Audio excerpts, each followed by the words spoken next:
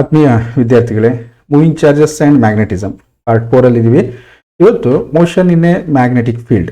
Motion in a magnetic field ಅಂದರೆ ಒಂದು charge ನಮ್ಗೆ ಗೊತ್ತಿದೆ. ಈಗ ರೆಸ್ಟಲ್ಲಿ ಮೂವ್ ಆಗ್ತಾ ಇರಲಿ, ಎಲೆಕ್ಟ್ರಿಕ್ ಫೀಲ್ಡ್ ಇದೆ ಅಂದರೆ ಅದು ಫೋರ್ಸನ್ನು ಆಗುತ್ತೆ. ಹಾಗೆಯೇ ಚಾರ್ಜ್ ಮೂವ್ ಆಗ್ತಾ ಇರುವಾಗ ಈ ಮ್ಯಾಗ್ನೆಟಿಕ್ ಫೀಲ್ಡ್ ಕೂಡ ಫೋರ್ಸ್ ಹಾಕುತ್ತೆ ಅನ್ನೋದು ಇಷ್ಟು ಈ ಹಿಂದಿನ ಕ್ಲಾಸ್ಗಳಲ್ಲಿ ನಾವು ತಿಳ್ಕೊಂಡಿದ್ದೀವಿ. ಅದ್ರ ಜೊತೆಗೆ ಈ ಫೋರ್ಸ್ ಅನ್ನೋದು ವೆಕ್ಟರ್ ಆಗಿರೋದ್ರಿಂದ ಆ ವೆಕ್ಟರ್ಗೆ ಒಂದು ಡೈರೆಕ್ಷನ್ ಇರುತ್ತೆ. ಹಾಗಾಗಿ ಮ್ಯಾಗ್ನೆಟಿಕ್ ಫೋರ್ಸ್ ಯಾವ ಡೈರೆಕ್ಷನಲ್ಲಿ ಆ್ಯಕ್ಟ್ ಆಗುತ್ತೆ ಅನ್ನೋದನ್ನು ನೋಡಿದ್ವಿ. ಇನ್ನೊಂದೇನು ಅಂದರೆ ವೆಲಾಸಿಟಿನೂ ವೆಕ್ಟರು. ಹಾಗಾಗಿ ಒಂದು ಪಾಸಿಟಿವ್ ಚಾರ್ಜನ್ನು ತಗೊಂಡು is moving with velocity V.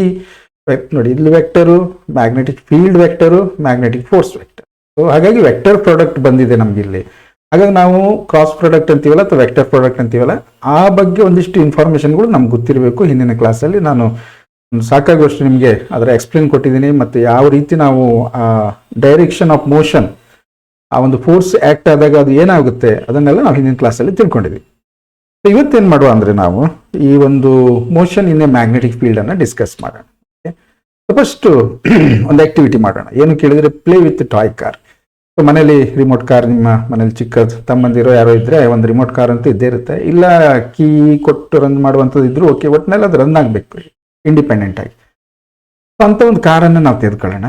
ಅದಕ್ಕೆ ಯಾವುದೇ ರೀತಿ ಅದು ಟರ್ನ್ ಆಗಬಾರ್ದು, ಸ್ಟ್ರೇಟ್ ಆಗಿ ಹೋಗ್ಬೇಕು ನಾವು. ಸೊ ಅಂಥ ಕಾರನ್ನು ತಗೊಂಡು ಒಂದು ಆ್ಯಕ್ಟಿವಿಟಿ ಮಾಡೋಣ. ನಾನಿವತ್ತು ಈ ಆ್ಯಕ್ಟಿವಿಟಿಯಲ್ಲಿ ನಿಮ್ಗೊಂದು ಮೇನ್ ಒಂದು ಕಾನ್ಸೆಪ್ಟನ್ನು ಕ್ಲಿಯರ್ ಮಾಡೋ ಪ್ರಯತ್ನ ಮಾಡ್ತೇನೆ. ಅದಾಗ್ಬೋದು, ನೋಡೋಣ, ಗೊತ್ತಾಗುತ್ತೆ. ನಿಮ್ಮ ಕಮೆಂಟ್ಸ್ ನೋಡಿದಾಗ ಗೊತ್ತಾಗುತ್ತೆ. ಸೊ ಏನು ಕೇಳಿದರೆ, ಒಂದು ಕಾರನ್ನು ತಗೊಂಡ್ವಿ ನಾವಿಲ್ಲಿ. ಈ ಕಾರಿಗೆ ಏನು ಮಾಡೋದು, ಒಂದು ದಾರ ಹಾಕಿ ಕಟ್ಬಿಡು. ಥ್ರೆಡ್ಡಿಂದ ಈ ರೀತಿ ಒಂದು ಥ್ರೆಡನ್ನು ಕಟ್ಟು, ಒಂದು ಗಮ್ ಹಾಕಿ, ಒಂದು ಗಮ್ ಟೇಪ್ ಹಾಕಿ ಅಂಟಿಸಿದ್ರೆ ಅದ್ರ ಮೇಲೆ ಕಾರ್ ಮೇಲೆ ನಿಂತ್ಕೊಳ್ಳುತ್ತೆ. ಇನ್ನೊಂದು ಎಂಡ್ ಇದೆಯಲ್ಲ ನಮಗೆ, ಇದನ್ನು ಏನು ಮಾಡುವ ಕೇಳಿದರೆ, ಒಂದು ಕಡೆ ಗಮ್ ಹಾಕಿ ಫಿಕ್ಸ್ ಮಾಡಿಬಿಡೋಣ. ಅಂದರೆ ಸ್ವಲ್ಪ ಯಾವುದೇ ಕಾರಣಕ್ಕೂ ಅದು ಕಿತ್ಕೊಂಡು ಹೋಗಬಾರ್ದು, ಆ ರೀತಿಯಲ್ಲಿ ನಾವು ಅದನ್ನು ಕಟ್ಟಿಟ್ಟಿದ್ದೀವಿ. ಓಕೆ, ರಿಮೋಟ್ ಇದೆ ನಮ್ಮ ಕೈಲಿ. ಕಾರ್ ಸ್ಟ್ರೇಟಾಗಿ ಹೋಗೋ ಥರ ನಾವು ಫಿಕ್ಸ್ ಮಾಡ್ಕೊಂಡಿದ್ದೀವಿ. ಯಾವುದೇ ರೀತಿ ಆ್ಯಂಗಲ್ ಕೊಡಬಾರ್ದು, ಅದಕ್ಕೆ ಸ್ಟ್ರೇಟಾಗಿ ಹೋಗ್ಬೇಕು ಅದು. ಸೊ ಹಾಗಾಗಿ ನಮ್ಗೆ ಏನಾಯ್ತು, ಈ ಕಾರಿನ ವೆಲಾಸಿಟಿ ಡೈರೆಕ್ಷನ್ ಈ ಕಡೆ ಸ್ಟ್ರೇಟಾಗಿ, ಈಗ ಮೇಲ್ಗಡೆ ನಮ್ಮ ಸ್ಕ್ರೀನಲ್ಲಿ ಕಾಣಿಸ್ತಾ ಇದೆಯಲ್ಲ, ಹೀಗೆ ಹೋಗುವ ಹಾಗೆ ನಾವು ಅದನ್ನು ರೆಡಿ ಮಾಡ್ಕೊಂಡಿದ್ದೀವಿ ಅಲ್ವಾ. ಓಕೆ, ಹಾಗಾದ್ರೆ ಈಗ ಕಾರನ್ನು ನಾವೇನಾದರೂ ಈಚೆ ಎಳಿಲಿಕ್ಕೆ ಹೋದರೆ, ಅಥವಾ ಮುಂದಕ್ಕೆ ಎಳಿಲಿಕ್ಕೆ ಹೋದರೆ, ಹಿಂದೆ ಎಳಿಲಿಕ್ಕೆ ಹೋದರೆ ಒಂದು ಫೋರ್ಸ್ ಆ್ಯಕ್ಟ್ ಆಗ್ತಾ ಇರುತ್ತೆ. ಅದನ್ನು ಬಿಟ್ಟು ಕೊಡ್ತಾ ಇರಲಿಲ್ಲ. ಒಂದು ನೋಡಿ, ಫೋರ್ಸ್ ಅಂದರೆ ಏನು, ಪುಷಿಂಗ್ ಆರ್ ಪುಲ್ಲಿಂಗ್, ಎಳೆಯುವುದಿರ್ಬೋದು, ದೂಡುವುದಿರ್ಬೋದು, ನಾವು ಅದಕ್ಕೆ ಫೋರ್ಸ್ ಅಂತ ಹೇಳ್ತೀವಿ. ಹಾಗಾಗಿ ಇಲ್ಲೇನಾಯ್ತು ಕೇಳಿದರೆ, ಈ ಒಂದು ಥ್ರೆಡ್ ಇದೆಯಲ್ಲ, ಒಂದು ದಾರ ಕಟ್ಟಿದ್ರಲ್ವಾ, ಅದು ಎಳೆದು ಹಿಡ್ಕೊಂಡಿದೆ. ನೋಡಿ, ಒಂದು ಫೋರ್ಸ್ ಆ್ಯಕ್ಟ್ ಆಗ್ತಾ ಇದೆ. ಸೊ ಹಾಗಾಗಿ ನಮಗೆ ಫೋರ್ಸಿನ ಡೈರೆಕ್ಷನ್ ಇದಾಯಿತು. ಈ ಎರಡು ವಿಷಯಗಳು ಗೊತ್ತಾಯ್ತು ನಮಗೆ. ಫೋರ್ಸ್ ಏನು ಮಾಡ್ತಾ ಇದೆ, ಈ ದಾರದ ಮೂಲಕ ಅದು ಕಾರನ್ನು ಎಳೆದಿಟ್ಕೊಂಡಿದೆ. ಕಾರನ್ನು ಮೂವ್ ಮಾಡೋಣ ಈಗ ನಾವು. ಸೊ ಕಾರನ್ನು ಮೂವ್ ಮಾಡಿದ್ರೆ ಏನಾಗುತ್ತೆ, ಓಕೆ, ಥ್ರೆಡ್ ಬಿಟ್ಕೊಳ್ಳೋಕೆ ರೆಡಿ ಇಲ್ಲ, ಬಟ್ ಸ್ಟ್ರೇಟ್ ಆಗಿ ಮೂವ್ ಆಗ್ತಿರುವಂಥ ಕಾರು ಏನಾಯ್ತು, ಈಗ ಕರ್ವ್ಡ್ ಪಾತಲ್ಲಿ ಈ ರೀತಿ ಮೂವ್ ಆಗಿದೆ. ಕರೆಕ್ಟಾ? ಇಲ್ಲಿಗೆ ಬಂದಾಗ ನೋಡಿ, ಮತ್ತೆ ಕಾರಿನ ಆ್ಯಕ್ಚುಲಿ ನಾವು ಅದನ್ನು ಸ್ಟ್ರೇಟ್ ಲೈನಲ್ಲಿ ಹೋಗಾಗ ಮಾಡಿದ್ದೀವಿ. ಹಾಗಾಗಿ ಅದರ ಡೈರೆಕ್ಷನ್ ಹಾಗೆ ಇರುತ್ತೆ.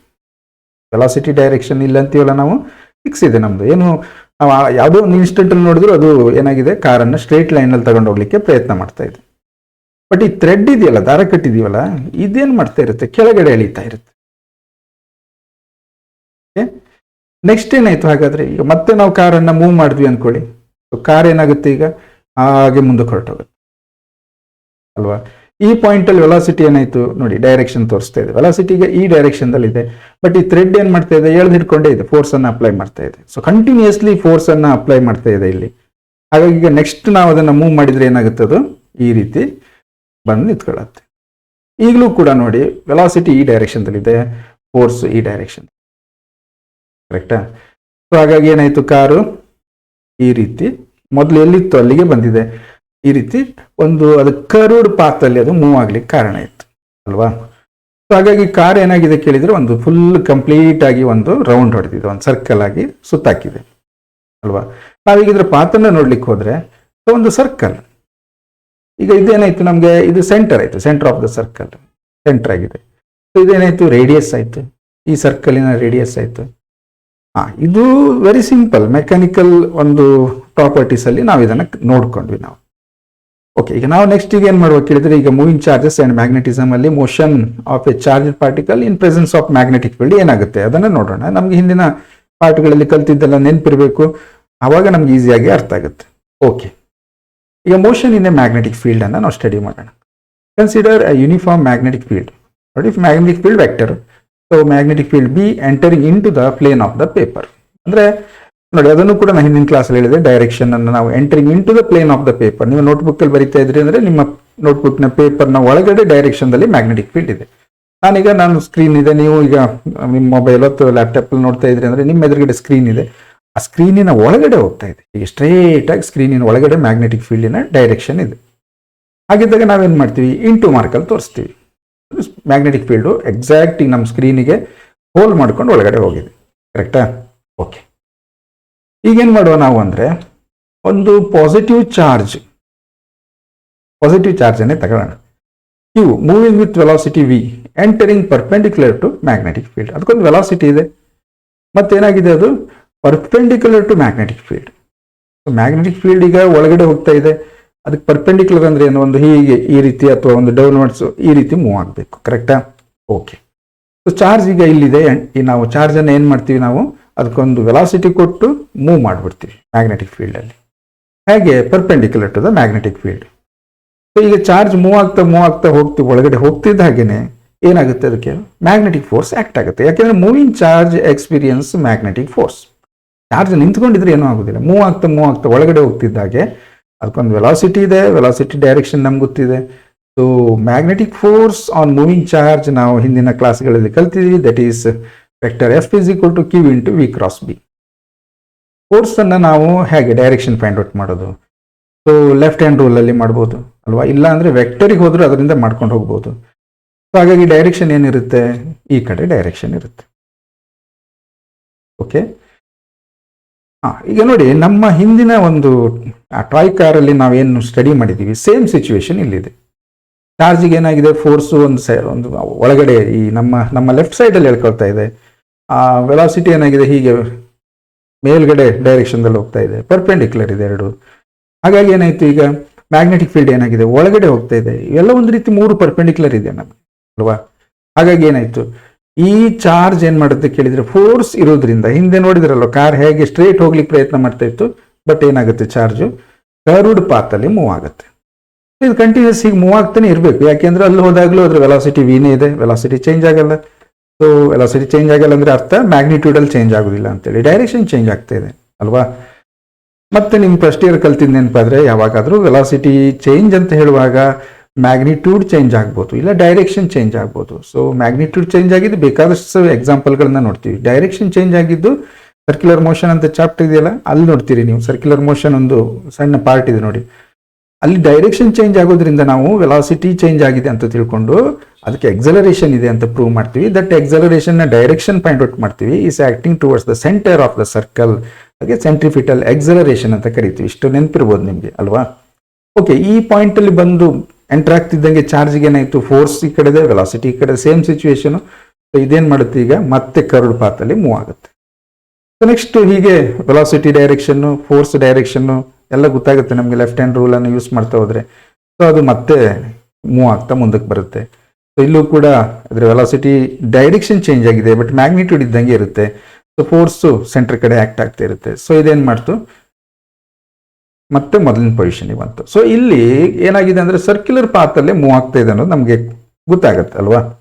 Okay. Charge moves in a curved path. ಸರಿ, ಈಗ ನಾವು ಒಂದು ಅದ್ರ ಪಾತ್ ಅನ್ನ ಟ್ರೇಸ್ ಮಾಡ್ಕೊಂಡ್ರೆ ಒಂದು ಸರ್ಕಲ್ ತರ ಈ ರೀತಿ ಇರುತ್ತೆ. ಇಲ್ಲಿ ಡಿಸ್ಕ್ರೈಬ್ ಸರ್ಕಲ್ ಅಂತ ಹೇಳ್ತೀವಿ ನಾವು.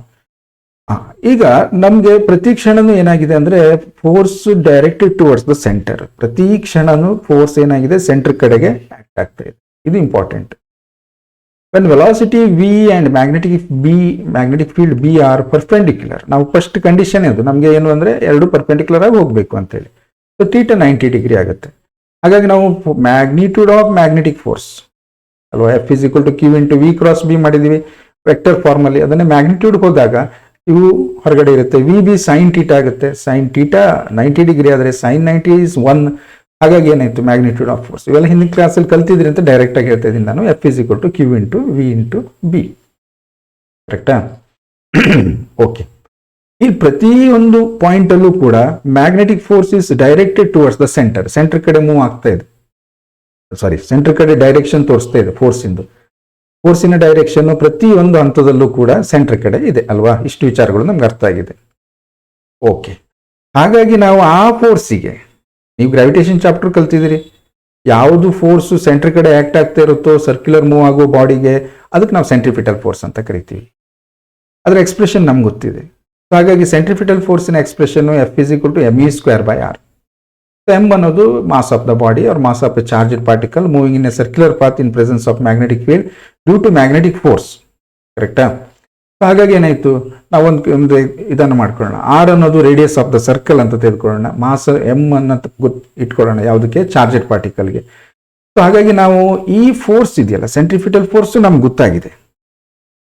ಅರ್ಥ ಆಗುತ್ತೆ ನಾನು ಹೇಳೋದು? ಇದು ಫೋರ್ಸ್ ಡ್ಯೂ ಟು ಈ ಮ್ಯಾಗ್ನೆಟಿಕ್ ಫೋರ್ಸ್, ಇದು ಮೂವಿಂಗ್ ಚಾರ್ಜ್ ಮೇಲೆ ಮ್ಯಾಗ್ನೆಟಿಕ್ ಫೋರ್ಸ್ ಆಕ್ಟ್ ಮಾಡಿರುವಂಥ ಫೋರ್ಸು, ಅದು ಸೆಂಟ್ರಿಪಿಟಲ್ ಫೋರ್ಸ್ಗೆ ಈಕ್ವಲ್ ಅನ್ನೋದು ಅರ್ಥ ಆಗಿದೆ ನಮಗೆ. ಹಾಗಾಗಿ ನಾವೇನು ಮಾಡ್ಬೋದು, ಈಕ್ವೇಟ್ ಮಾಡ್ಬೋದು. ಎರಡನ್ನು ಈಕ್ವೇಟ್ ಮಾಡಿದ್ರೆ ಏನಾಯಿತು, Q × V × B the magnitude of the magnetic force equals to centripetal force mv²/r ಅಂತ ಗೊತ್ತಾಯ್ತು. ಓಕೆ, ಇದನ್ನು ಇಟ್ಕೊಳ್ಳಿ. ನೀವು ಯಾವ ಎಕ್ಸ್ಪ್ರೆಷನ್ ಬೇಕಾದ್ರೂ ತೆಗಲಿ, ಒಂದು V ಕ್ಯಾನ್ಸಲ್ ಆಗುತ್ತೆ.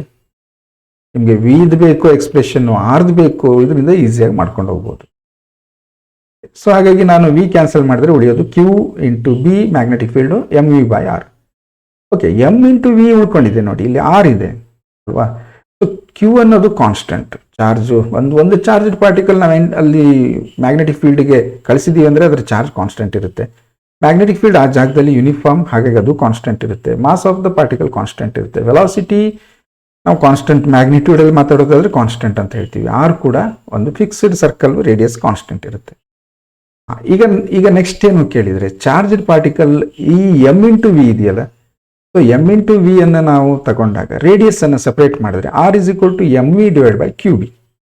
ಮತ್ತೆ ಅದನ್ನು ಹೇಳ್ತಾ ಇದ್ದೀನಿ, Q ಮತ್ತು B ವ್ಯಾಲ್ಯೂಸ್ ನಾವೊಂದು ಎಕ್ಸ್ಪೆರಿಮೆಂಟಲ್ಲಿ ಅದನ್ನು ಫಿಕ್ಸ್ ಆಗಿ ಇಟ್ಕೊಂಡಿರ್ತೀವಿ. ಅಂದರೆ ಮಧ್ಯೆ ಚೇಂಜ್ ಆಗಲ್ಲ, ಅದು ಫಿಕ್ಸ್ ಇರುತ್ತೆ. ವಾಟ್ ಅಬೌಟ್ mv ಅಂದರೆ ಗೊತ್ತಿದೆ ನಮಗೆ. M × V ಅಂದರೆ momentum, so that is denoted by P.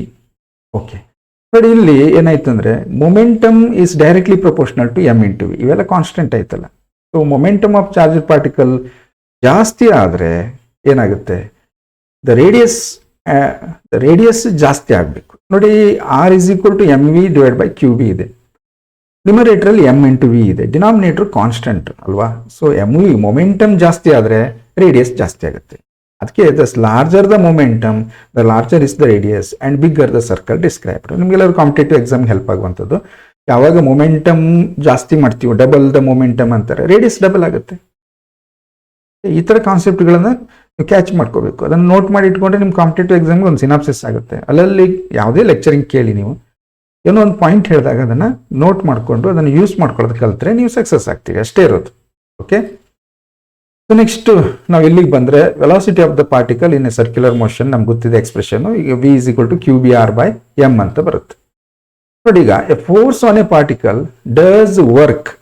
ಇದು ವರ್ಕ್ ಎನರ್ಜಿ ಪವರ್ ಚಾಪ್ಟರ್ಲ್ಲಿ ಕಲ್ತಿದ್ದೀರಿ. ಫೋರ್ಸ್ ಏನು ಮಾಡ್ತೀವಿ, ಫೋರ್ಸ್ ಇದೆ, ಡಿಸ್ಪ್ಲೇಸ್ಮೆಂಟ್ ಇದೆ, ಅಂದ ಮಾತ್ರಕ್ಕೆ ವರ್ಕ್ ಇದೆ ಅಂತ ಹೇಳಲಿಕ್ಕೆ ಆಗೋದಿಲ್ಲ. ಹೇಗಿರಬೇಕು, force on A particle does work if the force has a component. ಅಂದರೆ ಒಂದು ಫೋರ್ಸಿನ ಡೈರೆಕ್ಟ್ ಫೋರ್ಸು ಡಿಸ್ಪ್ಲೇಸ್ಮೆಂಟ್ ಒಂದೇ ಡೈರೆಕ್ಷನ್ ಇರಬೇಕು ಅನ್ನೋದು ಒಂದು ಭಾಳ ಬೇಸಿಕ್ ಡೆಫಿನೇಷನ್. ಇಲ್ಲಾಂದ್ರೆ ಏನಂತೀವಿ, ಫೋರ್ಸನ್ನು ನಾವು ವಿತ್ ಸರ್ಟನ್ ಆಂಗಲ್ ಅಂದಾಗ force has a component along or opposite to the direction of motion of the particle.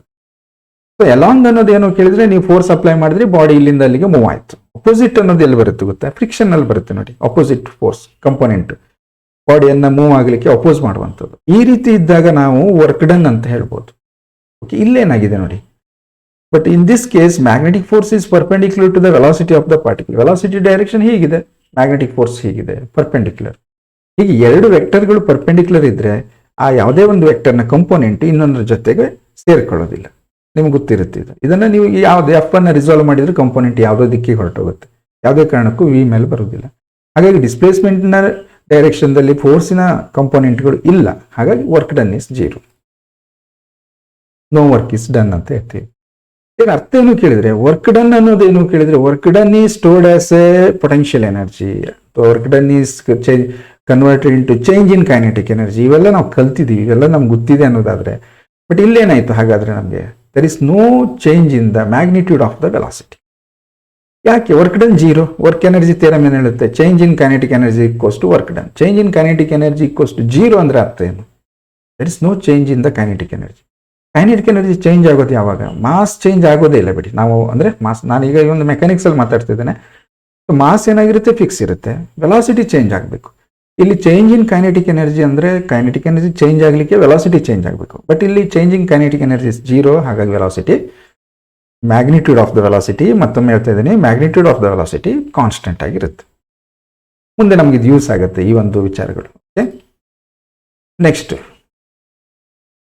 If omega is the angular frequency, ಗೊತ್ತಾಗಿದೆ ನಿಮಗೆ ಇವೆಲ್ಲ, ನೀವು ಸೆಕೆಂಡ್ ಇಯರ್ ಅಲ್ಲಿ ಇದ್ರಿ, ಹಾಗಾಗಿ ಇದನ್ನೆಲ್ಲ ಮತ್ತೆ ಹೇಳೋಗತ್ತಿಲ್ಲ. ಒಮೆಗಾ ಅಂದರೆ ಆಂಗ್ಯುಲರ್ ಫ್ರೀಕ್ವೆನ್ಸಿ ಅಂತೀವಿ, ಸಿಚುವೇಶನ್ ಮೇಲೆ ಆಂಗ್ಯುಲರ್ ವೆಲಾಸಿಟಿ ಅಂತೀವಿ. ಬಟ್ ಎರಡೂ ಕ್ಯಾಲ್ಕುಲೇಟ್ ಮಾಡೋದು ಒಂದೇ ವ್ಯಾಲ್ಯೂವನ್ನು ಅಲ್ವಾ. ಸೊ ಒಮೆಗಾ ಈ ಮತ್ತೆ ಆಂಗ್ಯುಲರ್ ವೆಲಾಸಿಟಿ, ವಿ ಅನ್ನೋದು linear velocity, V is equal to omega R. ಈ ರಿಲೇಷನ್ ಕಲ್ತಿದ್ರಿ ನೀವು. ನಮ್ಗೇನು ಬೇಕು ಕೇಳಿದರೆ, ನಾವು ಒಮೆಗಾ ಕ್ಯಾಲ್ಕುಲೇಟ್ ಮಾಡಬೇಕು ಅನ್ನೋದಾದರೆ ಆಂಗ್ಯುಲರ್ ಫ್ರೀಕ್ವೆನ್ಸಿಯನ್ನು ಫೈಂಡ್ ಔಟ್ ಮಾಡಬೇಕು. ಸೊ ವಿ ಬೈ ಆರ್ ಅಂತ ತಗೋತೀವಿ. ವಿ ಅನ್ನೋದು ಲೀನಿಯರ್ ವೆಲಾಸಿಟಿ, ಈ ಎಕ್ಸ್ಪ್ರೆಷನ್, ಆರ್ ಅನ್ನೋದು ರೇಡಿಯಸ್. ಓಕೆ, ಸಬ್ಸ್ಟಿಟ್ಯೂಟ್ ಮಾಡಿ. ವಿ ಅನ್ನು ಸಬ್ಸ್ಟಿಟ್ಯೂಟ್ ಮಾಡಿದ್ರೆ ಏನಾಯಿತು, q b r divide by m by r ಆಯಿತು. So that is omega is equal to Q B by m ಇರುತ್ತೆ. ಇದು ಆಂಗ್ಯುಲರ್ ಫ್ರೀಕ್ವೆನ್ಸಿ, ನೆನ್ಪಿಟ್ಕೊಳ್ಳಿ, ಆಂಗ್ಯುಲರ್ ಫ್ರೀಕ್ವೆನ್ಸಿ. ಹಾಗೆಯೇ ನಾವು ಒಮೆಗಾ ಅನ್ನೋದು 2π ಇಂಟು ನ್ಯೂ ಅಥವಾ 2π by t time period. Nu ಅಂದರೆ frequency, 2π by 1 by nu ಅಂದರೆ ಟೈಮ್ ಪೀರಿಯಡ್ ಅಲ್ವಾ. ಹಾಗಾಗಿ frequency of rotation v is equal, v ಅಲ್ಲ ಇದು new, nu is equal to Q B by 2πm. 2π ಆಚೆ ಕಳಿಸಿದ್ರೆ ಡಿನಾಮಿನೇಟರ್ ಬರುತ್ತೆ, ಕ್ಯೂ ಬಿ ಬೈ 2πm ಆಗುತ್ತೆ. Here frequency is independent of the velocity or energy. Velocity or energy, ಈಗಾಗಲೇ ಹೇಳಿದ್ದೆ ನಿಮಗೆ, change in velocity ಅಂದರೆ ಚೇಂಜ್ ಇನ್ ಎನರ್ಜಿ. ನೋಡಿ, ಫ್ರೀಕ್ವೆನ್ಸಿಗೆ ಕ್ಯೂ ಅನ್ನೋದು ಕಾನ್ಸ್ಟೆಂಟ್, ಚಾರ್ಜ್ ಬಿ ಅನ್ನೋದು ಮ್ಯಾಗ್ನೆಟಿಕ್ ಫೀಲ್ಡ್, ಈಗಾಗಲೇ ತುಂಬ ಸರಿ ಹೇಳಿದೆ ನಾನು, ಕಾನ್ಸ್ಟೆಂಟ್ ಇರುತ್ತೆ. Mass of the particle constant ಇರುತ್ತೆ.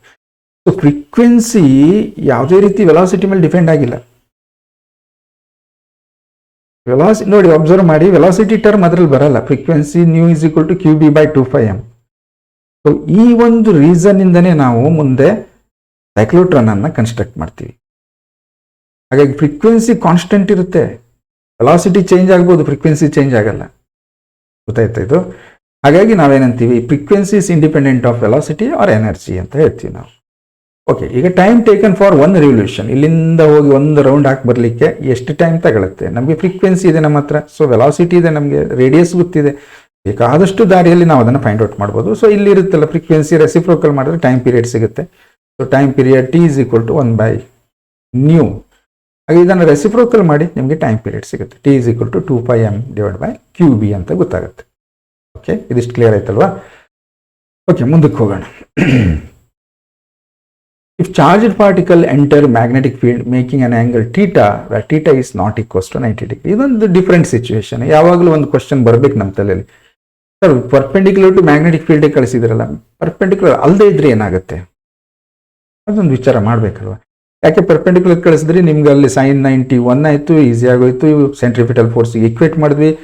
So radius expression, velocity expression, angular frequency, time period ಎಲ್ಲ ಬಂತು ನಮಗೆ. ಬಟ್ 90 ಡಿಗ್ರಿ ಅಲ್ಲದೆ ಇದ್ರೆ ಏನಾಗುತ್ತೆ ಅನ್ನುವಂಥದ್ದು.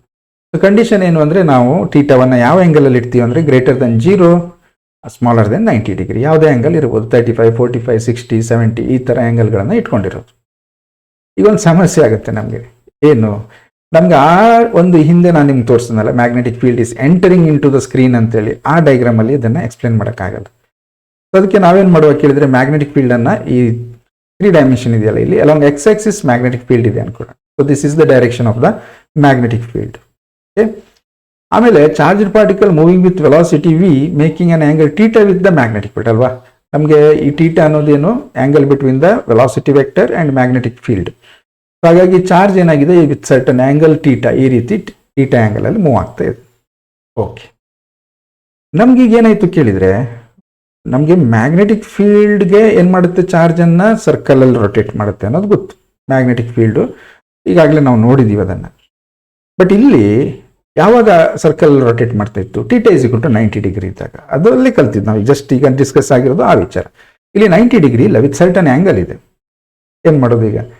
ವೆಕ್ಟರ್ ನೋಡಿ, ಅದಕ್ಕೆ ಹೇಳೋದು ವೆಕ್ಟರನ್ನು ಚೆನ್ನಾಗಿ ಅರ್ಥ ಮಾಡ್ಕೊಳ್ಳಿ ಅಂತೇಳಿ. So if you resolve the velocity vector into 2 components, ಈಗ ಇದನ್ನು ನಮ್ಗೆ ಏನಾಯಿತು, ಮೋಷನ್ ಇನ್ 2 ಡೈಮೆನ್ಷನ್ ಆಯಿತು ಅಲ್ವಾ. ಯಾಕೆಂದರೆ ಈ ವೆಲಾಸಿಟಿ ಏನಾಗಿದೆ, ಒಂದು ಈ ಥರ ಆ್ಯಂಗಲಲ್ಲಿ ಇರೋದ್ರಿಂದ ಒಂದು ಚಾರ್ಜನ್ನು ಹೀಗೆ ಮೂವ್ ಮಾಡ್ಬೋದು, ಇನ್ನೊಂದು due to the presence of magnetic field ಸರ್ಕಲಲ್ಲಿ ರೊಟೇಟ್ ಮಾಡ್ಬೋದು. ಎರಡೂ ಕೆಲಸ ಮಾಡ್ಬೋದಲ್ವಾ. ಹಾಗಾಗಿ ನಾವು ಕಂಪೋನೆಂಟ್ ಆಗಿ ಇದನ್ನು ರಿಸಾಲ್ವ್ ಮಾಡ್ಕೊಳ್ಳೋಣ.